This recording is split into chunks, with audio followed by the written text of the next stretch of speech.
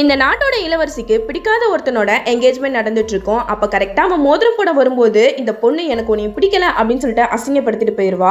இந்த அசிங்கம் தாங்க முடியாம இந்த பொண்ணை பழி வாங்கணும் அப்படின்னு சொல்லிட்டு இந்த இளவரசியை கடத்தி ஒரு அரண்மனையில வச்சிருப்பாங்க. அப்போ இவன் இங்க இருந்து தப்பிக்கணும் அப்படின்னு சொல்லிட்டு ஒரு பாத்டப் இருக்கும், அதுக்குள்ள யாருக்கு தெரியாம ஒளிஞ்சுக்கிட்டு இருப்பா. அந்த இடத்துல ஒருத்தன் தலையில கவசம் போட்டு நின்றுட்டு இருப்பான். அவனை பார்த்ததுமே இவன் மறுபடியும் அந்த பாத்திங் டப்குள்ளேயே ஒளிஞ்சுக்கிட்டு இருப்பான். இங்க ஏதோ சவுண்ட் வருதே அப்படின்னு சொல்லிட்டு சுத்தி முத்தி பார்த்துட்டு இந்த ஹெல்மெட் மண்டையனும் கதவை சாத்திட்டு போயிருவான். அவன் கதவை சாட்டின சத்தத்தை கேட்டு இந்த இளவரசியா அந்த பாத்திங் டப்ல இருந்து வெளியில வந்துருவா. நம்ம எப்படியாவது இங்க இருந்து தப்பிக்கணும்னு சொல்லிட்டு டிரைனேஜ் வெளியா வெளியில போக ட்ரை பண்ணுவா. அப்போ அந்த ஹெல்மெட் மண்டையன் கரெக்டா இவன் முன்னாடி வந்து நிப்பான். இவனை பார்த்ததுமே அந்த இளவரசி ஓட பாப்பா. அப்ப அவன் கையில இருக்கிற வாளை வச்சு இந்த இளவரசி கூட சண்டை போட்டுக்கிட்டு இருப்பான். ஆனா இந்த இளவரசிக்கும் தற்காப்பு கலையெல்லாம் ரொம்பவே நல்லா தெரியும். அதனால இவளும் கூட சேர்ந்து பயங்கரமா சண்டை போட்டுக்கிட்டு இருப்பா. ஒரு கட்டத்துக்கு மேல இளவரசி அவனோட தோல்ல ஏறி உட்காந்து தலையில இருக்கிற ஹெல்மெட்டை வச்சு சுத்தி அவனை மயக்கமாக்கிட்டு அந்த ஹெல்மெட்டாலேயே குத்தி சாகடிச்சுட்டு அந்த இடத்துல இருந்து தப்பிச்சு ஓடிடுறா.